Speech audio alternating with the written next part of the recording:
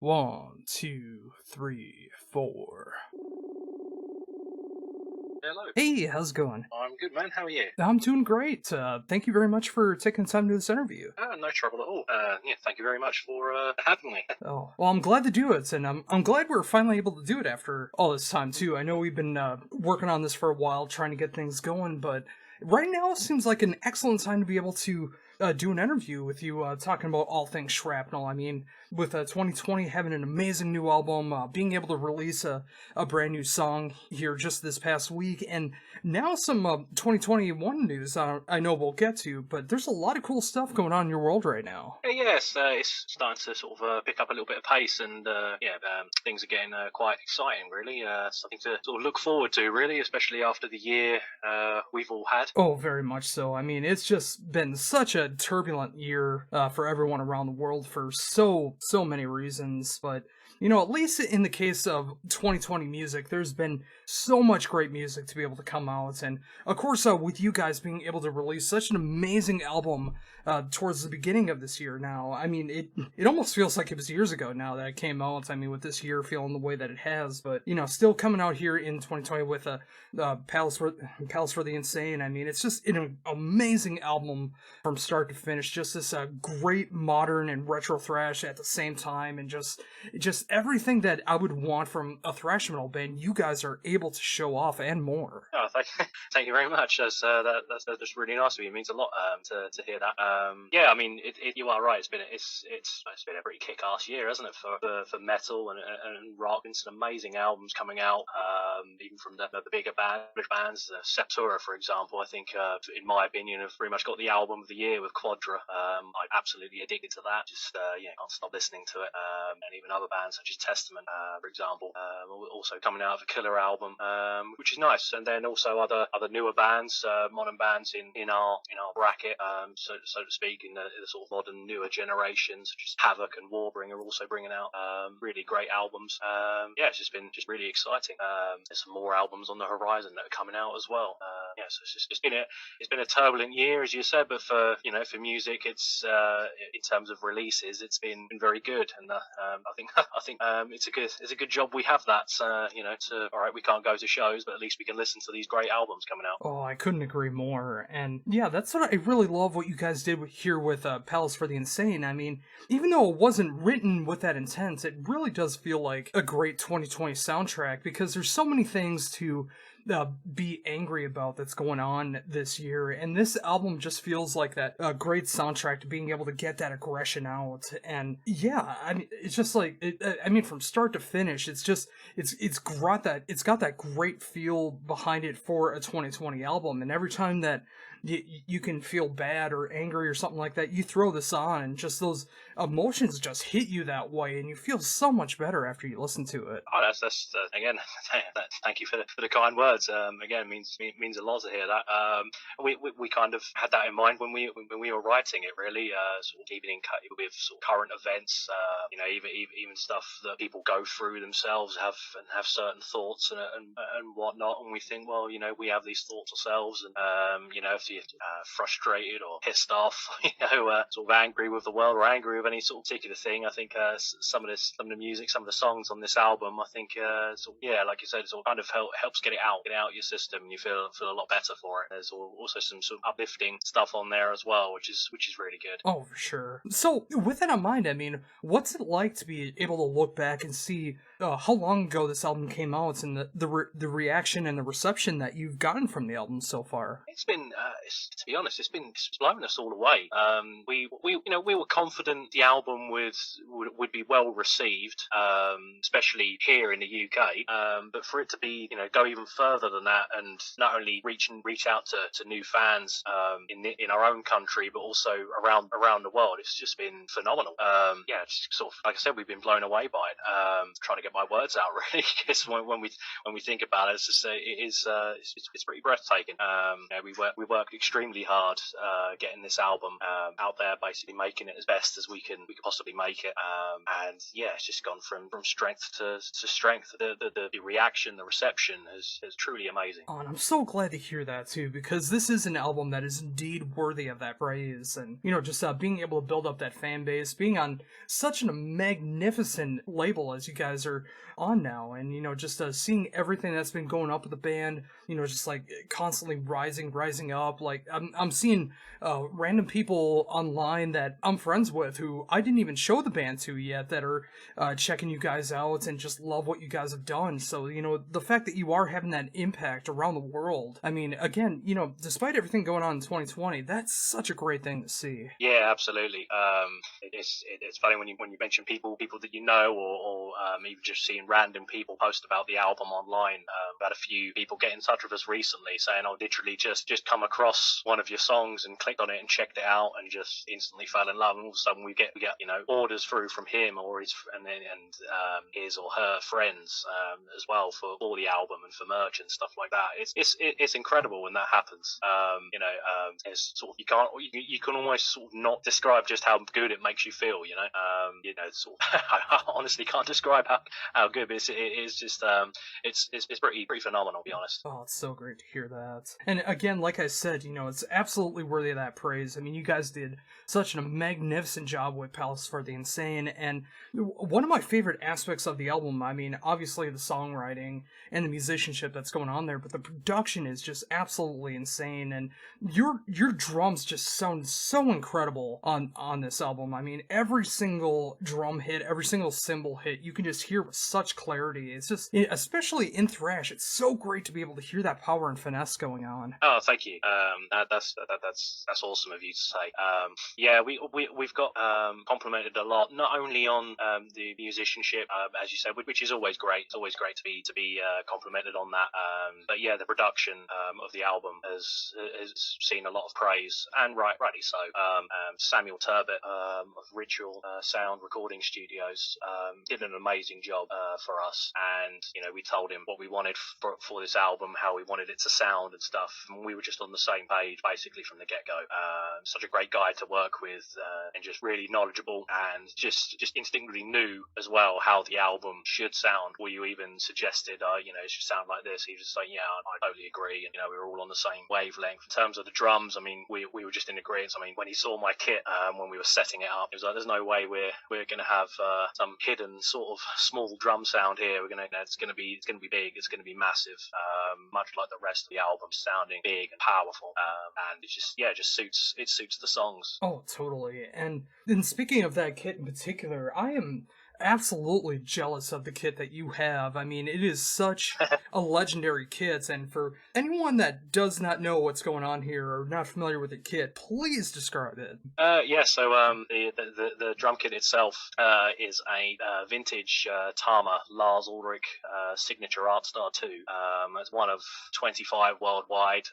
For those who aren't into true gear nuts, basically, if you look at Metallica back in the early 90s during the Black Album tours, the white kit with black hardware on it, that is that kit, and I feel very fortunate, very privileged to own one, and it does sound as killer as it looks. It just sounds phenomenal, and it's always a joy to play as well. It's nice having all these toms to play with, Oh, for sure, and the sizes of them too. I mean, Lars is always known for having huge toms, and just being able to see that sound and that power coming off of it from this album in particular with your style. I mean, obviously Lars has his a great drumming ability on that kit. I mean, that is his most legendary kit, and the fact that you have a replica of that and you're able to play it in your own style, it shows how versatile the drums really are as well. Oh, for sure. Yeah, definitely. I mean, I'm of the opinion. I think the Tama Art Star 2 is. I think it's the best kit Tama have made. not taking anything away from the kits that come out today. The kits will come out in the future, and even kits that were before. But I think the Artstar 2 is just the pinnacle. Again, as you were saying, versatile, because there were guys back in the day playing them in all different styles, and the kit just sounded always sounded great. Simon Phillips, for example, played an Artstar 2, and always just sounded so rich and so so full. Such a great sounding kit, and it was brilliant.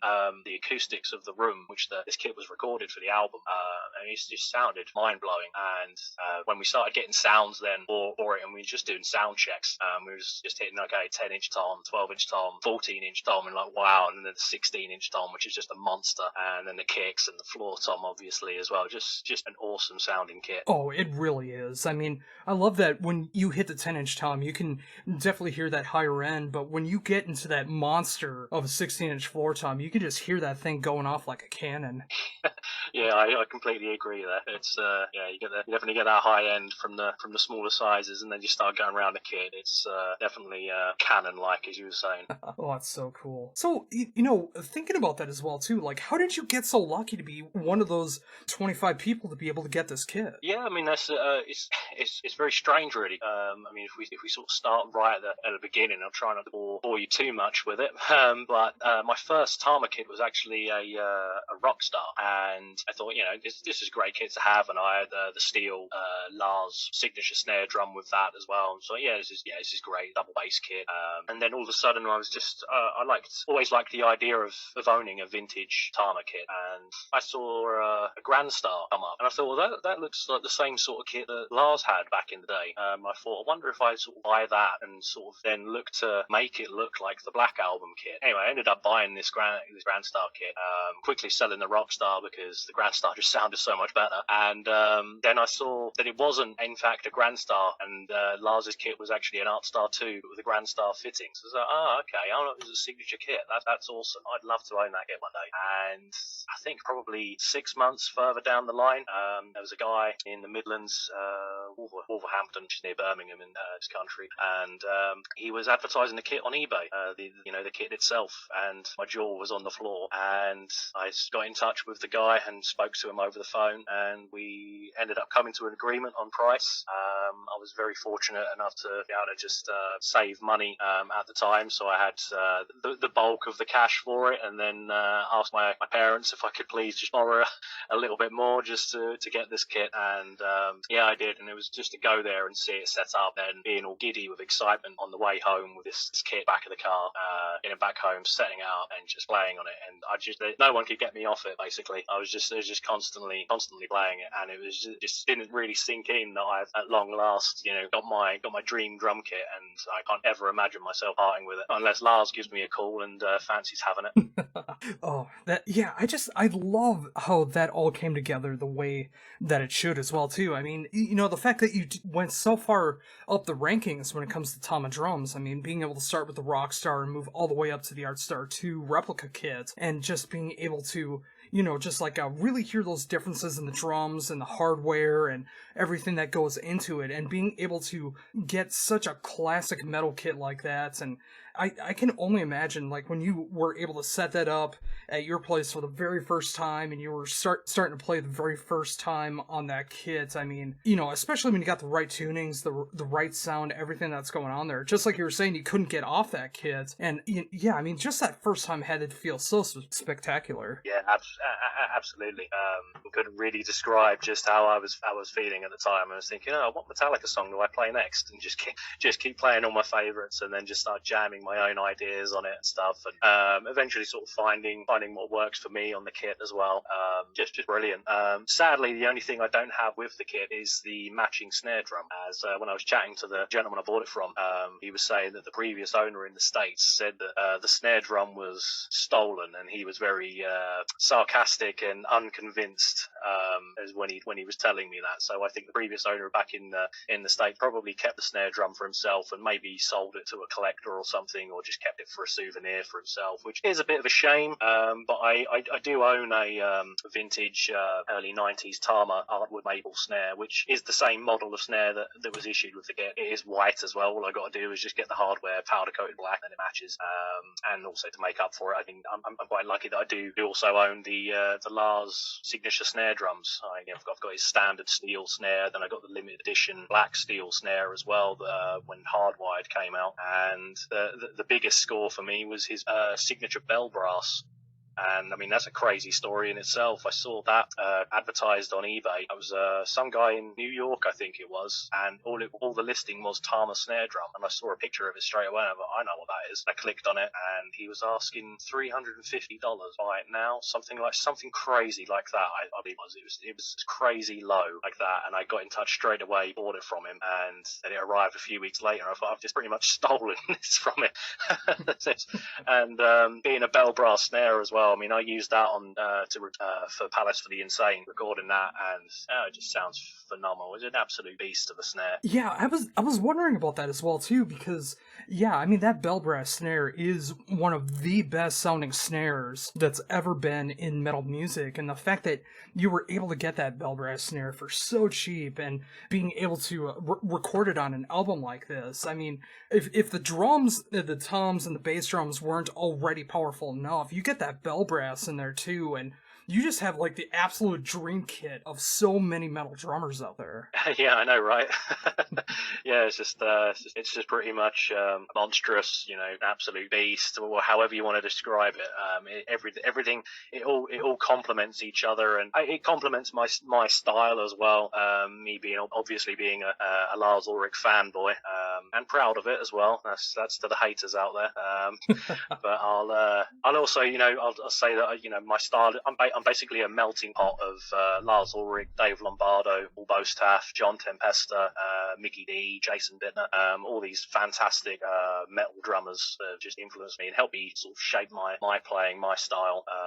I'm not a guy. I never describe myself as some sort of technical wizard. I love those type players. I absolutely adore watching them. Blown away by what they do. Me, I'm just sort of straight up hard and heavy, and then fast on occasion as well, playing thrash. And that sometimes is exactly the way to be too. I mean, obviously there are going to be those great technical drumming wizards that are out there, but there is also those very simple, heavy-hitting drummers, and then there are those in between that can show off some technical ability, but also know how to play for the song, and I think that's where you fit in there specifically. I mean, there's some fills and beats that you got going on with this album that are just jaw-dropping, but you also know how to play for the song as well. Thank you. Yeah, that's a really huge compliment. Actually, that's awesome of you to say. Yeah, that's what I like to do. I mean, first and foremost is my most favourite thing is pretty much just providing that solid foundation, that heavy beat for the song. And if I get my chance to shine, and the band want me to be more expressive or happy for me to let loose around the kit, then I will do. Certain songs such as Cannibal, for example, that's a very, very drum heavy song, very fun to play personally, but again, in the verse it's just pretty much simple sort of blah, blah, blah, and then just the song starts to build and the drums get a little bit more chaotic as go on, and it's just great to be able to do that, and have that little bit of freedom as well in the band. I'm very, very grateful and thankful for the guys that like that. They first and foremost, they want me to basically keep them in time, which I do to the best of my abilities. But they also, being bands of the classic bands, so if they want me to go into Lombardo mode, for example, then it's all good. Oh, that is so great to hear that as well, and that makes me think of the drum playthrough videos that you got going up there too, because you can see those changes that are going on with you, whether you are going into Dave Lombardo mode or you're going into more of that free-flowing style that you got going on. I mean, it's incredible watching you play songs like Bury Me Alive and just seeing the way that you absolutely thrash that kid. Yeah, man. Again, thank you again. It's yes. I mean, it's awesome playing songs like that. I absolutely love playing heavy metal and thrash metal in particular. It's just great playing these energetic songs and feeling the sort of, you almost feel the energy coming back to you as you're playing the kick songs. That's the way I describe it anyway. Yeah, and a song like "Bury Me Alive" that's got some very fast double bass during the verses and stuff, and a little sort of homage to Dave Lombardo at times, playing songs like that. It's just great. It honestly is, and it feels great playing it. Oh, I can only imagine. And obviously, with all that in mind too, with the world that we're in right now with 2020, and being able to have such a great album like Palace for the Sane coming out back in May, it's great to see that you guys are still keeping busy as well too. And in fact, like I mentioned in the beginning, you got some new music out there now, even newer music. Yeah. So I mean, being in the same boat, if you will, as every other band out there, we thought, well, we can't tour, we can't play any shows. We thought, well, we got this unreleased track from Palace for the Insane. Let's use it. We always thought we would use it at some point, but we thought, well, now's the sort of ideal time to release it. We'll release it as a standalone single. For those who haven't heard it yet, the track is called Winds of Slaughter, and it's been exclusively on Spotify for the past week, and it's through to next week as well. It'll also be on there, and then it will be available on all other major streaming platforms, Amazon, Apple, etc. But yeah, the reaction, the reception for this song has basically been the same, if not more, than the album, which is crazy. It's fantastic as well. We're very humbled by the reaction that the song's getting, and pretty soon there'll be a music video out for it as well that we filmed during the first lockdown over here. So there's more stuff coming. I myself as well was also in the recording studio again recently, just recording some newer songs that we're working on. And I don't think there'll be any sign of those basically till next year, as we stagger stuff. But there's some other cool stuff coming as well, including some songs that will be, let's say, familiar to fans of metal, without giving too much of of it away. Oh, I definitely love the sound of that, and I can't wait to see what's going to be coming with that. Between an absolutely killer LP, being able to release a single that is just getting like such high praise. I mean, even outside of seeing you promoting it, like I'm seeing it elsewhere too. Like a lot of people are checking out Winds of Slaughter for the first time, and just like experiencing the band, not even realizing that there's an album to go along with the song too, and then they're going back and they're listening to Palace for the Insane, and just being able to catch up on some great thrash when it comes to that. And the fact that you guys are staying continuously busy, being able to record, be in the studio, being able to record, and yeah, I mean, obviously there's a lot going on in the world right now with 2020. I mean, with the second lockdown that's been going on over there as well too. I mean, I'm glad to see that you are able to still work the way that you are. Yeah, man. So are we. Thank God for music and being able to still work in some way or another. It's where we'd be if we didn't have it, right? It's great. Trying to get my words out again. Sorry. So basically, we've had people that have checked out Winds of Slaughter, the new single, and then, like you're saying, they've realised, oh, this is from a bonus track or an unreleased track from this album, and they check this album out, and they then reach out to us saying, checked out the new song, love it. Didn't realise you guys had an album out as well this year, so they then check that out, love it, and they want to buy that. Then they go back further through our catalogue and check out the second and first albums as well, and we get more and more feedback from them as well, and it's just brilliant. It's really great to hear from people and hear how it makes them feel as well. It makes to sort of get them through these crazy times. Oh, for sure. And yeah, again, I love seeing that happen too. I mean, and I really, even though it wasn't exactly the plan of what was going on, I really love the fact that you did release Winds of Slaughter as a single, because I think that's actually a really smart way to go about it sometimes. Is like when you have some leftover material after an album comes out, I think releasing a song like every few months or something like that, if you have the material,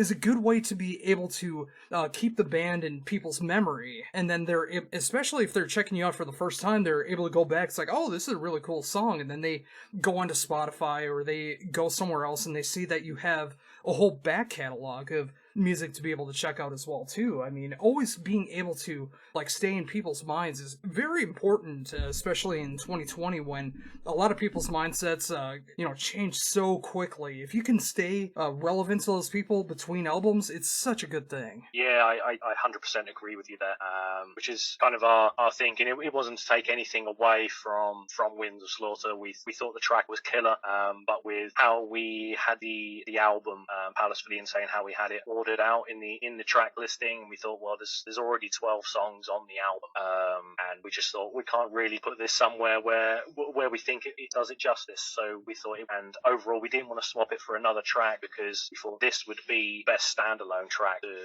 to release it as a standalone track. I mean, so that's exactly what we decided upon doing. And yeah, I mean, with how things are today in music, I think people's attention spans, especially when it comes to lesser known bands, people's attention spans not really haven't speaking negatively about it. I think it's just how it is in the days of streaming, whether it's Spotify or Apple, Amazon, etc. People just like to check out first few tracks, and they might check out the rest of the album as well. Maybe they delve a little bit into that catalog. They'll follow the band for a little while on Instagram or Facebook, but then if the band isn't doing anything else or doesn't have anything on the horizon to release, to bring out, then you kind of sort of fade away into obscurity a little bit until your next release comes back, and then you're almost building up from scratch again in a way to get back to where you were. So it's handy, I think, if you've got the opportunity when you're recording an album or an EP, whatever you're recording, if you have extra material to record, you should definitely do that, and then you should keep hold of it to release further down the line to basically keep you at the forefront of people's minds as time goes on between releases. And that's basically what we're looking to do here, and it's working great so far. And there's, like I said, there's some exciting things coming. Oh yes, and yeah, like I mentioned before, I can't wait to see what's going to be coming to that as well. And I actually did see some official news. Hopefully with everything that's going to be going on in the world, hopefully it can still happen. But I see that you guys are potentially going to be on a new tour next year. Yeah, so we got that announced just over a week ago now. It's with the Swedish heavy metal band called Dream Evil. That was really cool to get offered that. It's just a tour of a few dates in the UK. Going to be playing some places that played at before a few times. They're always great shows, so we're looking forward to going back there. In fact, one of the shows actually falls on my birthday, which next year, so that's going to be fun. I'm sure. I feel pretty confident. We all do that they'll go ahead. I think there'll be sort of limited numbers of crowds, and it will be socially distanced, and like they've been experimenting with in Germany and in Switzerland, where we've seen some socially distanced crowds at some heavy metal shows such as Destruction when they were playing recently. You see that the crowds were they were either just sort of standing further apart from one another, or they were actually at tables and stuff. So yeah, perhaps not ideal. We can't have a traditional mosh pit going, etc. But I think it'd still be nice just to be able to get out there and play live, and for people to be able to get out to a show and just enjoy the music. Oh, I couldn't agree more. And to me, that is such a stacked bill. I love Dream Evil, and having you guys be in that support slot, being able to open for them. I mean, those are going to be incredible nights for those shows. And yeah, like you said, even though it's not going to be ideal, and you're not going to be getting those huge circle pits and everything else like you absolutely deserve for the kind of set that you guys do, it's going to be great to be able to go back out there and play some shows in front of fans that are coming out to see you, or brand new fans like Dream Evil fans that are coming out to check you out for the first time and winning them over in the live setting. Yeah, absolutely. We're looking forward to getting out there and doing our thing, really, and playing songs that have yet to be played live. Sadly, from Palace, only less than a handful of songs that have been played live, as we've only been able to do a couple of shows this year. The last time we played was actually in Sweden itself. We went to a festival over there back in February, called the House of Metal Festival, which is in northern Sweden, and that was a brilliant place to play. Other kick-ass bands such as Carcass and I Am Morbid playing there, Nervosa were playing there as well, and yeah, it was great to meet these people, and then play in front of Swedish heavy metal fans, where heavy metal, thrash metal, death metal, etc. is pretty much like a religion over there. And to kick off with Might of Sickness, it's the first track off Palace for the Insane, was just mind blowing. It was intense. The adrenaline was flowing. It was brilliant, man. And just can't wait to get out there again, really, next year. It won't be the first time we've toured with a Swedish heavy metal band either. In fact, in 2019 we were on tour with a heavy metal band Wolf, who were also from Sweden, and we gelled quickly and had a blast on tour together, and obviously reaching out to their fans that come to see them, and they were very appreciative of having a band that was in perhaps the heavy metal bracket, but not a carbon copy of Wolf, just something a bit different. You know, we were the faster, more aggressive band and stuff, but people dug it, and we got some new fans out of it. And I think that's what will happen next year when we open, when we support Dream Evil. That'd be really cool. Oh, it really will be. And yeah, I can't say it enough. I mean, I'm so happy to see all of these amazing things that's happening with Shrapnel this year. I mean, with Palace for the Insane, the new single getting so much great reception, you know, being able to go and record some new material, you know, a little vague about what that's about, but obviously that's for good reasoning. And then, of course, being able to tour with Dream Evil coming up in 2021. I mean, seeing all of these great things happening and seeing the band continuously rise, being on such a great label like you guys are. I mean, it's just incredible to see all of this stuff going on, despite of everything that's going on in 2020. And I'm just so happy for you guys. And you know, with that as well, I really appreciate the fact that you were able to make the time to make this interview happen. I know we were setting this up for a long time trying to be able to do this, but I'm so glad we were able to do it now and just talk about everything that's going on in your world right now, talking about how you got like one of the most legendary drum kits out there in replica form, and just everything to look forward to in the future. Yeah, same here, man. It's been great chatting to you backwards and forwards to set this up. We knew we'd get there eventually, didn't we? It's been great chatting with you. And thank you so much for all the kind words that you're saying. It really means a lot. Well, I truly mean it too. I mean, I was so happy when we were able to connect and I was able to check you guys out and just have my jaw drop for what you guys are able to do. I mean, of course, you were talking about Sepultura and Testament being able to release some great thrash metal albums, but I think you guys easily have one of, if not the best thrash metal album of 2020 in my eyes anyways, and I can't wait for people to be able to check this out, become new fans of Shrapnel, and of course, Palace for the Insane available now, and make sure to keep tabs on you guys as well too, because I know there's going to be a lot of great stuff happening, and once the world gets back to some kind of normalcy, I know you guys are going to be taking the world even more by storm. Thank you very much, man. Oh, not a problem. And yeah, again, thank you very much for taking time. I know it's been a lot of back and forth, and I'm glad that you didn't completely give up on it or anything, and we were still able to make this happen. But yeah, no problem at all. Oh, cool. Well, the plan is right now to be able to have this interview up on Monday on YouTube, and then within the next couple weeks, I should be able to have it on my radio show as well too, with a track or two off the album or the new single or whatever the case will be. Still trying to figure out the timing of when that's going to work out for the radio show, since there's been like so many interviews that have happened in the last few weeks, but I definitely want to make sure I get this in before I do all my best of shows in December, so I'll be sure to be able to do that. Yeah, that'd kill it. Just let me know when it's up. I mean, I look forward to listening to it back, cringing at the sound of my voice, and I will obviously share it around and make people aware. I mean, I absolutely love your interviews. Big fan of your work. Oh, that really means a lot to me. Thank you. I needed to hear that today. Seriously. No problem at all. I'm honest, 100% mean it as well. Oh. Not just saying it for the sake of it. I think I really like your style of interview. It's not just it's just the normal staggered questions that some interviewers like to do. It's just an informal, natural chat. I think that comes across a lot better. Oh, I do too. And, you know, it's just 100% authentic on my end too. Like, I have no questions in front of me. The only time that I ever have anything up is if it's a hard band name to pronounce or a hard album name to pronounce. I want to make sure that I get the right pronunciation when I can. Otherwise, it's just 100% off the top of my head and actually engaging in a conversation, because I think, just like you said, that's so much more interesting to listen to. And when you just keep hearing, where did Shrapnel come from? How did you start Shrapnel? You know, just like all those same questions over and over again.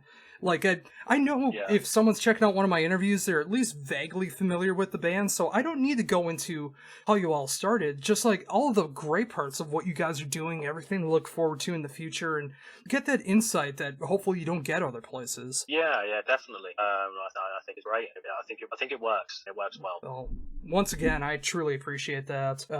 I really needed to hear that today, so thank you again for that, and I can't wait to start editing this interview as well too, and then getting it up on Monday. I'd normally be promoting the fact that I did an interview with you today online, but I actually got banned on Facebook for a few days, so I won't be back till Sunday.